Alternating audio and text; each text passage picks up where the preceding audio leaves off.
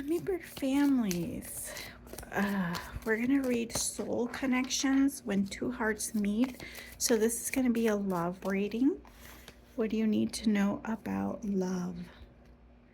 Okay, I feel like this needs to be divided. Openness and illusion. And we have be open to accept divine guidance in your relationships. Okay? Some of you may be reading spiritual material, maybe asking for guidance in relationships. I feel like this is a strong confirmation. And it says, avoid the trap of mistaking a fantasy for a true soul connection. Okay? And so there's an illusion. So in trauma bonds, in psychology, a trauma bond is when we play out our wounds and our fears, and we hang on to the hope that they will be the person that they showed us in the beginning, which was usually a mask, okay, a mask, and then we saw the real person. And and in a trauma bond, it's very difficult to break, not only because you're attaching through your wounds, but because you're not always mistreated. Okay, it's like a roller coaster. If people were always mistreated, they'd walk away, but they pull you in through this illusion of change, of changed things will get better.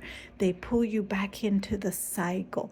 And so if you find yourself in relationships, whether it's love, family, friendships that are very cyclical, where sometimes you feel good and then you get disregarded and then you get abused and then you get ignored and then comes the I'm sorry, and then you're repeating this cycle, you're pretty much in a trauma bond. Okay? And so some of you are struggling with relationships here, and the message here is to open to divine guidance. Open to divine guidance. I do feel like these messages came together.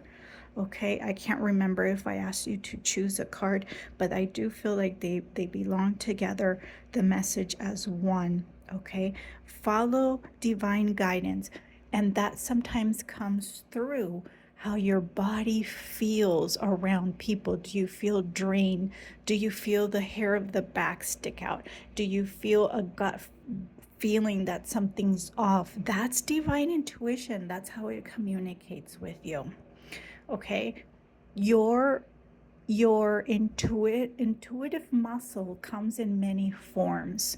You feel, you have a reaction, you see, you hear things. Okay, and so pay attention to that. Don't ignore your senses, because they will guide you to what's real, what's facts, what's in front of you, versus our illusion and our hope that people are what we wish they were.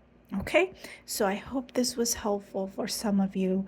Make sure you let me know in the comments. Thank you for being here, for following my pages. I have Facebook and YouTube only, and I will see you in the next reading. Bye, guys.